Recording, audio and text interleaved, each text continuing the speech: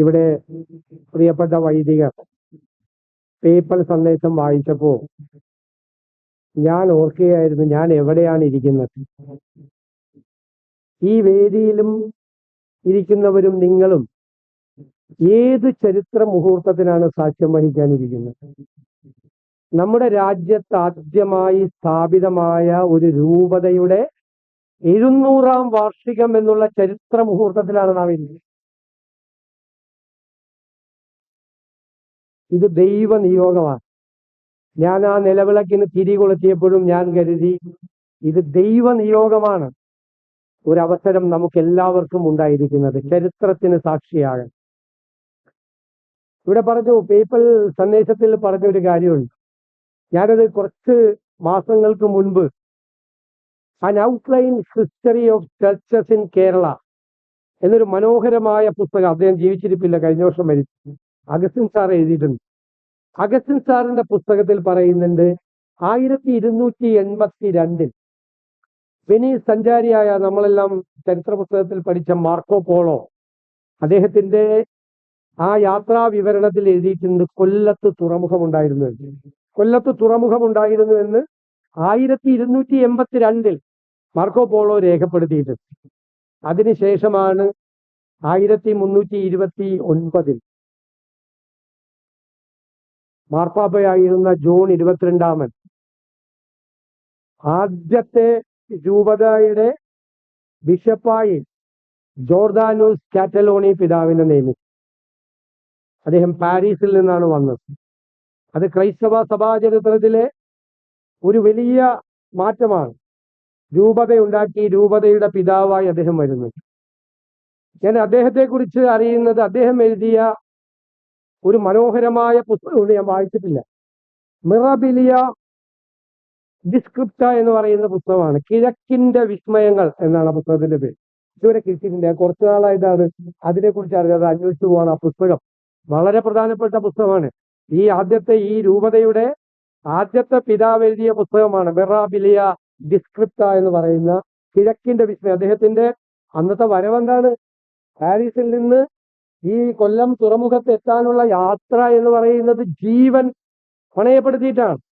ക്രൈസ്തവ സന്ദേശം ലോകം മുഴുവൻ എത്തിക്കാൻ വേണ്ടിയിട്ടുള്ള ക്രൈസ്തവ ശിഷ്യരുടെ പ്രേരണയിലാണ് ഈ പിതാവും പാരീസിൽ നിന്ന് യാത്ര തിരിച്ച് ഈ കടലും എല്ലാം താണ്ടി ഈ കൊല്ലം തുറമുഖത്തെത്തുന്നത്.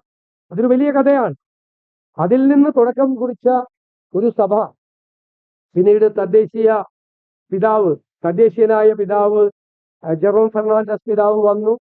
2019 അദ്ദേഹത്തെ ദൈവദാസനായി പ്രഖ്യാപിച്ചു. അതിന്റെ നടപടിക്രമങ്ങൾ പൂർത്തിയാകുകയാണ്. ഇത്രമാത്രം ചരിത്രമുള്ള ഒരു രൂപത, അഭിനന്ദനായ നെറ്റോ പിതാവ് തന്നെ പറഞ്ഞു, തിരുവനന്തപുരം രൂപത ഈ രൂപതയുടെ പുത്രിയാണ്. അത്രയും പാരമ്പര്യമുള്ള ഒരു രൂപതയാണ്. ക്രൈസ്തവ ദർശനം ജനങ്ങളിലേക്ക് എത്തിക്കാൻ 7 നൂറ്റാണ്ടുകൾക്ക് മുമ്പ് ശ്രമിച്ച മഹാദൗത്യം ഹൃദയത്തിൽ ഏറ്റെടുത്ത ഒരുപാട് മിഷണറിമാരുടെ, പിതാക്കന്മാരുടെ, വൈദിക ശ്രേഷ്ഠരുടെ, സന്യാസിനിമാരുടെ എല്ലാം കേന്ദ്രമായിരുന്ന ഒരു രൂപത എന്നത് ചരിത്രത്തിന് വലിയ സ്ഥാനം കുറിക്കുകയാണ്. വലിയ ദൗത്യമാണുള്ളത്, വലിയ മിഷനാണ്, ഒരു മിഷൻ തന്നെയാണ്.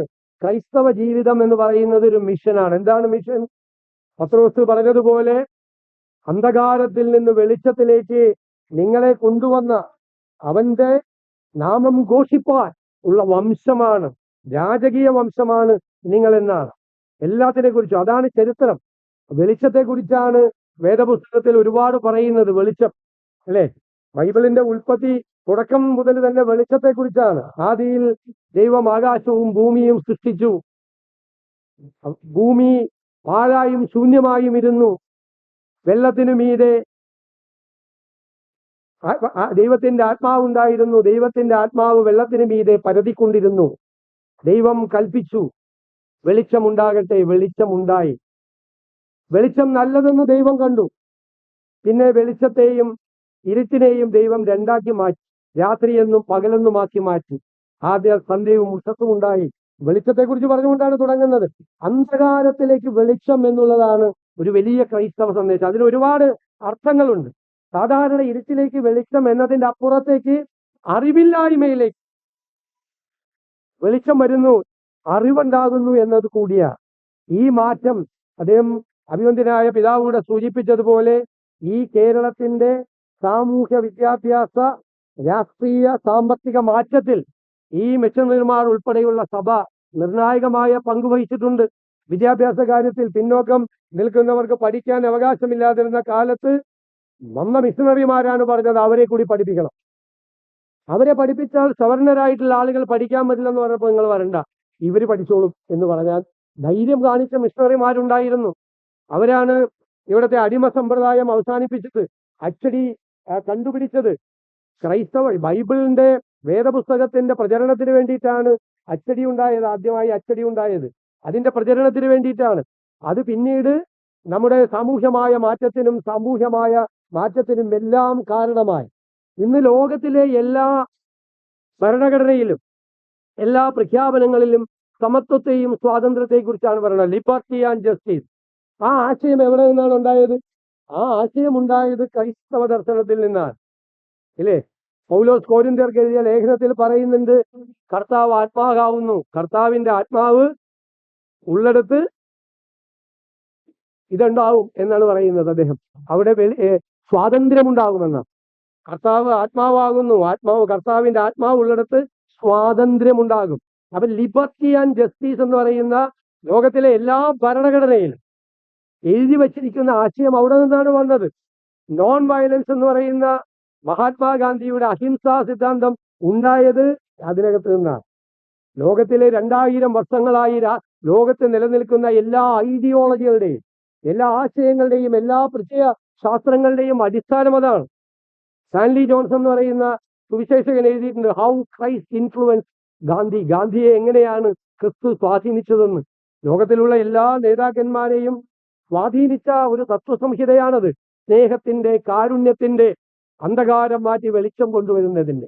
ആ ക്രൈസ്തവ ദർശനം നെഞ്ചിലേറ്റിയാണ് ഈ രൂപത 7 നൂറ്റാണ്ടുകാലമായി പ്രവർത്തിച്ചത്.